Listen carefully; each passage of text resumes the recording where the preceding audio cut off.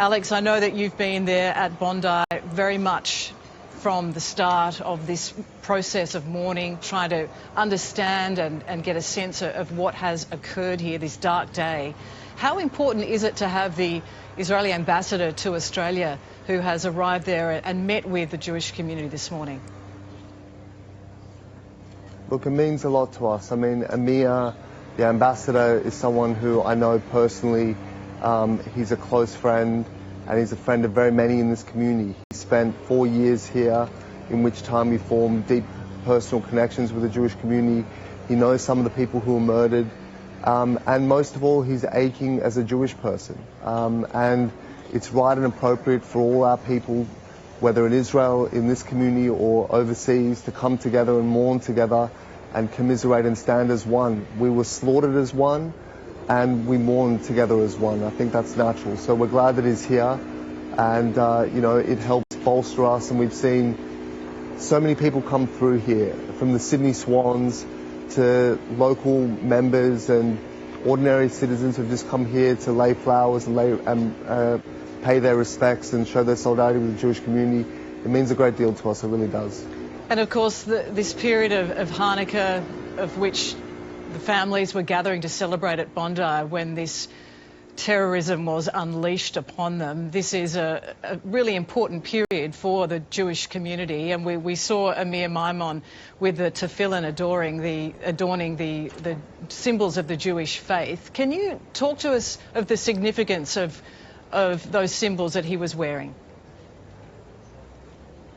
Well, the tefillin is an ancient religious practice for Jewish men, which we've done for thousands of years, going back to the land of Israel. And it's something that Jewish men do every day of the week other than the Sabbath. They attach prayers to their arm and to the head. They recite prayers, and the most important prayer in Jewish liturgy, which is the Shema, where we profess our belief in God and our faith. And at a time like this, when we were murdered, massacred for being Jewish and for being publicly Jewish, I think it's important that people like Amir and other people continue to publicly profess their faith. There's a lot of fear in the community, understandably, and I think acts of dignity like what Amir did there are really important. And we're hearing some incredible moments. I can hear behind you the sounds of Amazing Grace. It's not just Jewish song and prayer, it's all the entire Australian community wanting to share their grief in song. We might just have a little listen there, Alex. Sure. On a harmonica. This has shattered the country. This has shattered the local community, primarily the Jewish community, but something fundamentally changes with our nation, with Australia, when people who are gathering together at a family festival at Bondi Beach are slaughtered, die in the arms of their loved ones in the most ghastly, horrible ways. Something changed in this country, and there's a sense of that, there's an awareness of that, and that's why all Australians of decency and belief in the greatness of this country are coming together now to show their solidarity and support, to show their togetherness. This was never about Jews and non-Jews. This was about the good and decent of this country, which is the exceeding majority of its people, against the evil, who look at happiness and joy and people celebrating life and want to slaughter it and wipe it out. So we need to unify against that evil, marginalize it, minimize it as much as possible. They have waged war on us, and we need to defeat them. It seems to me, Alex, too, that there is a wake-up call in the most horrific way, that many Australians had come to accept almost that the Jewish community had to live behind large fences, had to live behind security at synagogues, at schools. You yourself, your former home had been firebombed. Almost an acceptance that that's the way it was for the Jewish community. Do you hope that this will mark a line in the sand for that? In a way, yes, Deb. I think in terms of the realisation that this is just utterly unacceptable and abhorrent to everything we believe in as Australians, I think that has dawned on the nation. There's no question about it. When you have a massacre, a tragedy, a loss of life of this scale, it can't not alter the national consciousness.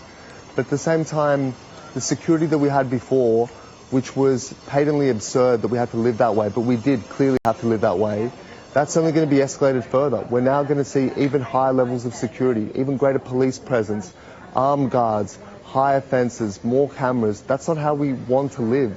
We're a community that loves outreach, that loves to be part of the wider community, that loves to embrace and show our way of life to people. And the fact that we're now going to have to contemplate every day whether it's safe to be a Jew in this country, whether it's safe to walk down the street and display a part of your identity, it's a tragedy. And we as a country need to understand where we have allowed ourselves to descend to, a point where in this great multicultural success story that we all cherish, one group of Australians are slaughtered like animals at a family event and now have to retreat within themselves to ever higher fences and levels of security. That's just totally unacceptable. And there needs to be a great reckoning for this. This is not a way that we should be forced to live, and this is not the direction this country needs to be going in. And the Prime Minister is questioned on the action or lack of from the government in tackling anti-Semitism. He's been very strident in stating that the government has been doing all it can and that it has been implementing the recommendations from the anti-Semitism envoy. The report, 42 recommendations presented to the government back in July. What do you say to the Prime Minister when he says that they're doing what they can? Well, I think it's self-evident when you have 15 body bags of Jewish Australians at Bondi Beach that clearly whatever is being done is insufficient. And we knew that. I mean, this act that occurred here, this gross slaughter of the innocent, was not some aberration. It wasn't some, spontaneous act. It came from a long sequence, a clear trajectory that we as the Jewish people were pointing to. We were showing the country where we had begun and where things would end up.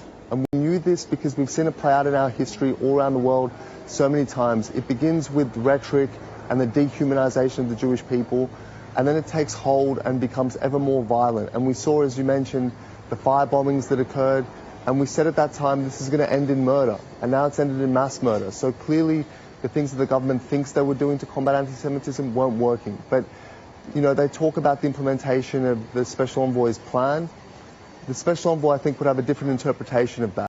For the most part, that plan has not been implemented.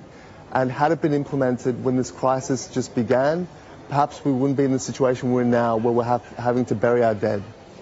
And I know that you personally knew many of the lives that were lost on Sunday. How are you coping?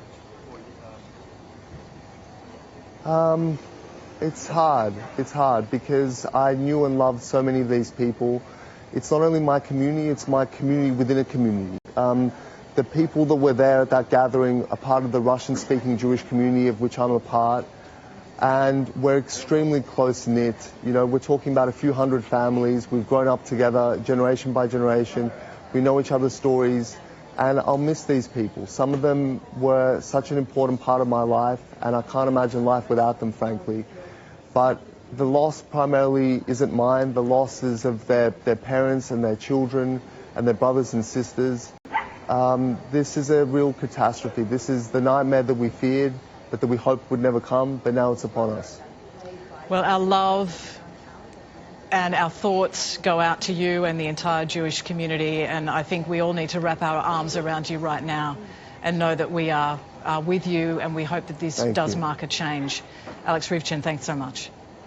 Thank you, Jen.